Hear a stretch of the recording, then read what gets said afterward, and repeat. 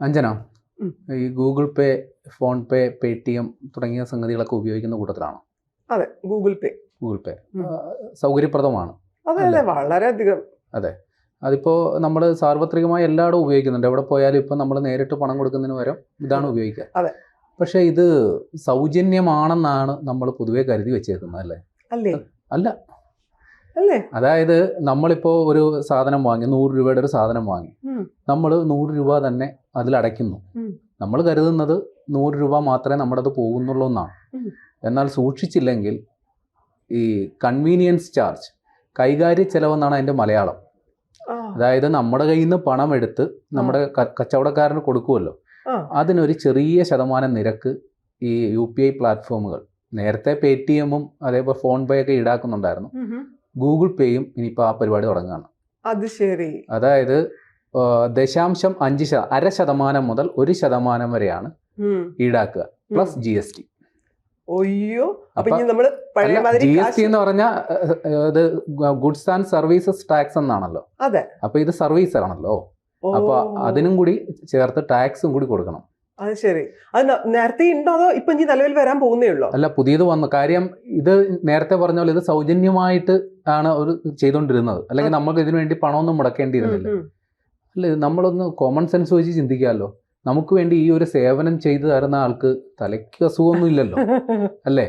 നമുക്ക് വേണ്ടി ഈ ഒരു സർവീസ് പ്രൊവൈഡ് ചെയ്യുന്ന ഒരാൾക്ക് എന്തെങ്കിലും ഒരു ഫിനാൻഷ്യൽ ബെനിഫിറ്റ് ഉണ്ടാകണമല്ലോ, ഏതെങ്കിലും തരത്തിൽ. സ്വാഭാവികമല്ലേ? സ്വാഭാവികം. പക്ഷെ നമ്മൾ എന്താ പറയാ, എവിടെ ഫ്രീ കണ്ടോ അവിടെ ചാടുന്ന ആൾക്കാരാണ്. അല്ല, നമ്മൾ ഗൂഗിൾ പേ യൂസ് ചെയ്യുന്ന മാക്സിമം ആൾക്കാർ ഇത് ഫ്രീ ആണെന്ന് വിചാരിച്ചിട്ടായിരിക്കും ഇത് യൂസ് ചെയ്യുന്നത്, അല്ലേ? അതെ അതെ, നമ്മൾ ATM കാർഡുകൾ മുമ്പ് സാർവത്രികമായ സമയത്ത് നമ്മൾ നേരെ പോയി ATM കൗണ്ടറിൽ പൈസ ഇടുന്നു, എടുക്കുന്നു. അതെ അതെ.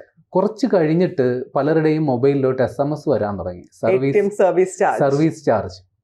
അതായത് ആദ്യം നമ്മൾ എന്തെങ്കിലും തന്ന് അഡിക്റ്റ് ആക്കുക, പിന്നീട് അതിൽ നിന്ന് നമുക്ക് പിന്നെ മോചനം ഇല്ല, അതില്ലാണ്ട് പറ്റാണ്ടാവും, അല്ലെ? ഇപ്പൊ ഉദാഹരണം, നമ്മുടെ ജിയോ സിം ഇറക്കിയ സമയത്ത് കണ്ടമാനം ഡാറ്റയായിരുന്നു. അപ്പൊ നമ്മുടെ ലൈഫ് സ്റ്റൈൽ അങ്ങ് മാറി. ഈ ഫ്രീ ഡാറ്റ ഉപയോഗിച്ച് പണ്ട് മറ്റേ 70 MB 60 MB ഒക്കെ മറ്റേ കാർഡ് ചിരണ്ട് റീചാർജ് ചെയ്തിരുന്ന ആൾക്കാർക്കൊക്കെ ഇപ്പൊ ഒരു ദിവസം 2 GB 3 GB പോരാണ്ടാവും. അപ്പൊ ആ ഒരു പ്രവണത, അല്ലെങ്കിൽ അങ്ങനെ ഒരു ചൂണ്ടയിട്ട് തന്നിട്ട് നമ്മളെ വിദഗ്ധമായ ചൂണ്ടയിൽ കൊരുത്തിട്ടേക്കാണ് ഈ പറയുന്ന UPI അല്ലെങ്കിൽ ഗൂഗിൾ പേ, പേടിഎം, അതേപോലെ തന്നെ ഫോൺ പേ തുടങ്ങിയ സംഗതികളൊക്കെ. അതായത് ജീവിക്കാൻ പറ്റില്ല, നമുക്കിപ്പോ അതുകൊണ്ട് ഒരുപാട് സംഗതികൾ, ക്യാഷ് ക്യാരി ചെയ്യണ്ട, ATM കാർഡ്സ് ക്യാരി ചെയ്യണ്ട, ഈ സാധനം ഒരു QR കോഡിന് മുമ്പിൽ ഒന്ന് കാണിച്ചാൽ മാത്രം മതി.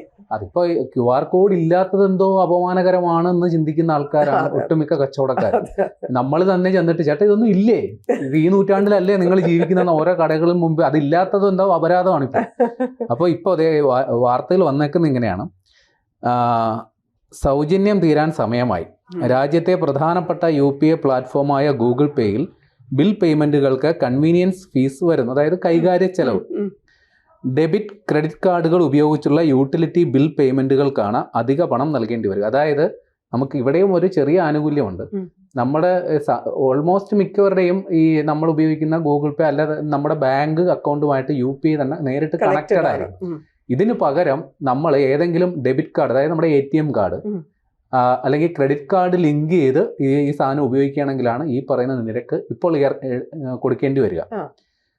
അത് പ്രധാനമായിട്ടും വരുന്നത് വൈദ്യുതി ബിൽ, പാചകവാതക ബിൽ തുടങ്ങിയ ഇടപാടുകൾ നടത്തുമ്പോഴാണ് ഈ കൺവീനിയൻസ്. അതായത് അതിൻ്റെ ഇത്രേ ഉള്ളൂ, നമ്മുടെ കയ്യിൽ നിന്ന് പണം എടുത്ത് മറ്റൊരു ഏജൻസിക്ക് കൊടുക്കണം.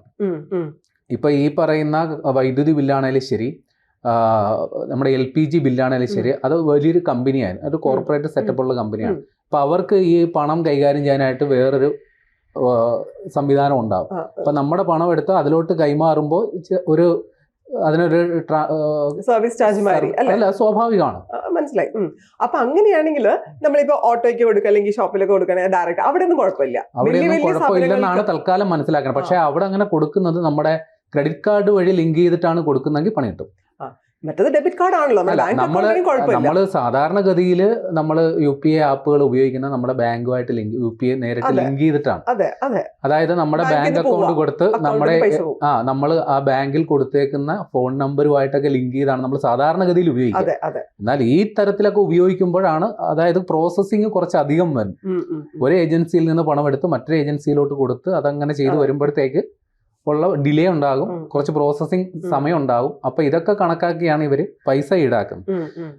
ഇതിന് എന്തുകൊണ്ട് ഈ ഇങ്ങനെ പണം അവർ ഈടാക്കുന്നു എന്ന് ചോദിച്ചാൽ ഉത്തരം സിമ്പിളാണ്. കാരണം ഈ ഇന്റർഫേസ്, ഈ ഒരു സാങ്കേതിക സംവിധാനം നമുക്ക് ഒരുക്കി തന്ന ആൾക്കാർക്ക് അവരെന്തുമാത്രം ടെക്നീഷ്യന്മാർ അതിനുവേണ്ടി ഉപയോഗിച്ചിട്ടുണ്ടാവും, എന്തുമാത്രം അവർ അതിനുവേണ്ടി പണം മുടക്കിയിട്ടുണ്ടാവും അല്ലേ. അവരുടെ ഡാറ്റ, ഇതൊക്കെ നമ്മുടെ ഉപയോഗിക്കുന്ന UPI ആപ്പുകളുടെ ഡാറ്റ അതിൽ തന്നെ ഉണ്ട്. അപ്പോൾ അതിന് സെർവറുകൾ വേണ്ടി വരും.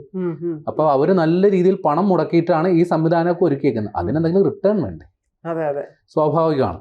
അപ്പോൾ ഇവിടെ പറയുന്നത് രാജ്യത്തെ ഏറ്റവും വലിയ UPI പ്ലാറ്റ്ഫോമായ ഫോൺ പേയിൽ നേരത്തെ തന്നെ ഇത്തരം ഇടപാടുകൾക്ക് കൺവീനിയൻസ് ഫീസ് ഈടാക്കുന്നുണ്ട്. അതായത് 1 മുതൽ 40 രൂപ വരെയാണ് അവർ ഈടാക്കുന്നത്.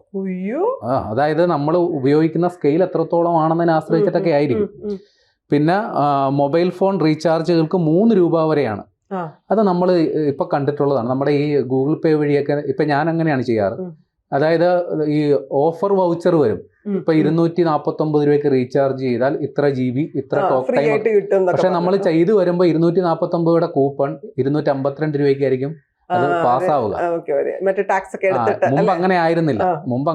കുറച്ചു കാലമായിട്ടുള്ള അങ്ങനെയൊക്കെ ആയിട്ട്. അപ്പൊ നമ്മൾ അറിയാതെ തന്നെ നമ്മുടെ പൈസ പോയിക്കൊണ്ടിരിക്കുന്നുണ്ട്. പിന്നെ ക്രെഡിറ്റ് ഡെബിറ്റ് കാർഡ് പേയ്മെന്റുകൾ പ്രോസസ് ചെയ്യുന്നതിനുള്ള ചെലവ് നികത്താൻ കൺവീനിയൻസ് ഫീസ് കമ്പനികളെ സഹായിക്കുമെന്നാണ് വിലയിരുത്തൽ. ഇത് പ്രോസസ് ഞാൻ നേരത്തെ പറഞ്ഞത് തന്നെ. 37% വിപണി വിഹിതവുമായി രാജ്യത്ത് 2ാം സ്ഥാനത്താണ് ഗൂഗിൾ പേ. ഒന്നാമത്തെ ഫോൺ പേ ആണ് കേട്ടോ.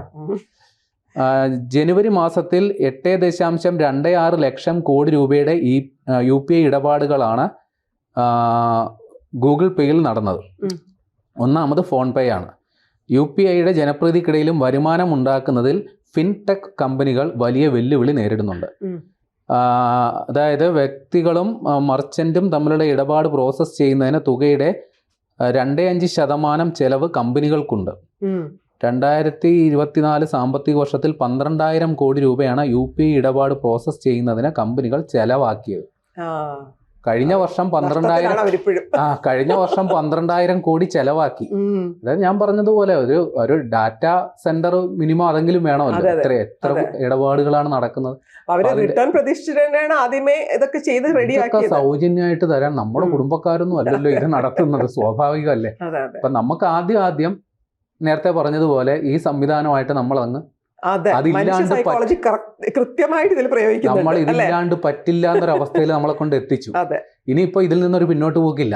കാരണം നമ്മൾ ഇപ്പൊ നിലവിൽ തന്നെ പല ATM കൗണ്ടറുകൾ അടച്ചുപൂട്ടിക്കൊണ്ടിരിക്കുക.